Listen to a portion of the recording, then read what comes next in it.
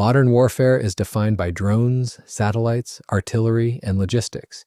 It is a battlefield watched constantly from above, measured in data, and fought by systems as much as soldiers. But what happens when something not built for modern war appears inside it? Tonight we explore a purely fictional thought experiment. What if a Deathwatch kill team from the Warhammer 40,000 universe appeared on the battlefield of the Ukrainian war? This is not a prediction. This is not political advocacy. This is speculative military fiction, a collision between science fiction mythology and real-world warfare. To understand what would happen, we must first understand what the Deathwatch truly are. The Deathwatch are not a normal Space Marine chapter. They are an elite formation composed of veteran warriors seconded from many chapters across the Imperium of Man. Each member is handpicked. Each has survived decades of constant warfare. Each has fought enemies far deadlier than any human force. A single Space Marine stands over 7 feet tall. Their skeletons are reinforced with adamantium. Their muscles are engineered for strength beyond human limits. Their armor, ceramite power armor, is designed to withstand plasma weapons, claws the size of tank cannons, and vacuum exposure. A Deathwatch kill team is small, typically between 5 and 10 Marines, but they are not designed to fight wars. They are designed to end threats. Their doctrine is brutally simple. Identify the enemy, strike with overwhelming force, leave nothing alive.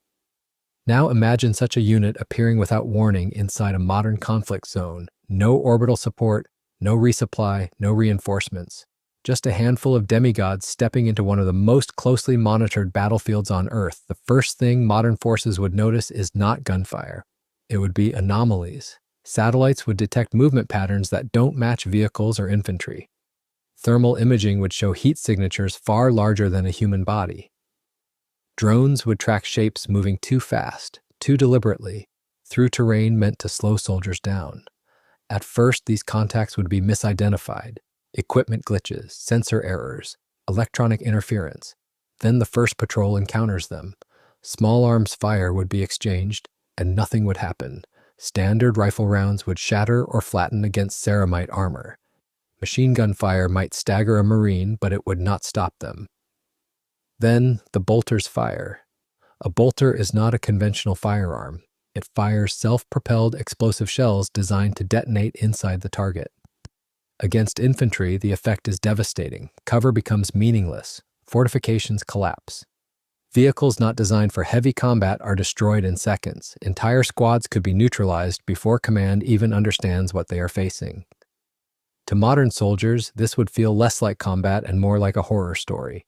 Enemy units that do not flinch, that advance calmly through fire, that kill with impossible efficiency.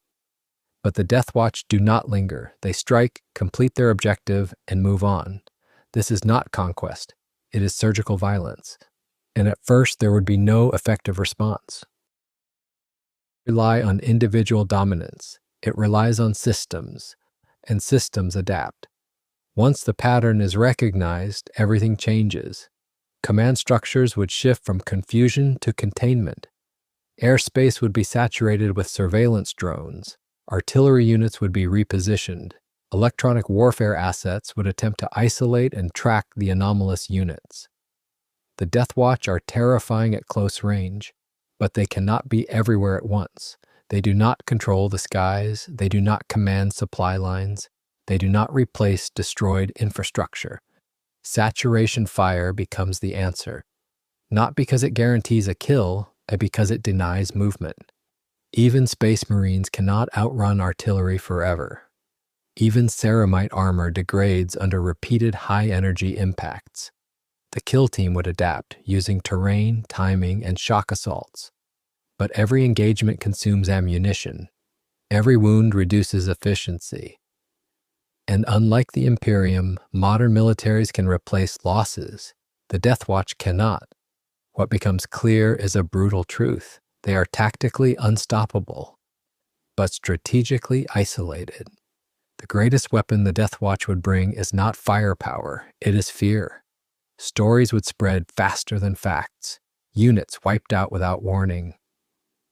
Bullets that do nothing, giants moving through smoke like machines. Morale would fracture. Commanders would overcommit resources to areas where the kill team might appear. Entire formations would hesitate at shadows. But fear has a shelf life. Eventually, the legends become data points, timelines are mapped, engagement zones are predicted, and the kill team faces an impossible reality. They cannot win the war. They were never meant to. From the Imperium's perspective, this deployment is meaningless. No Xenos threat, no demonic incursion, no strategic value. The Deathwatch would be ordered to extract or fight until destroyed, because modern war is not decided by heroes. It is decided by production, coordination, and endurance.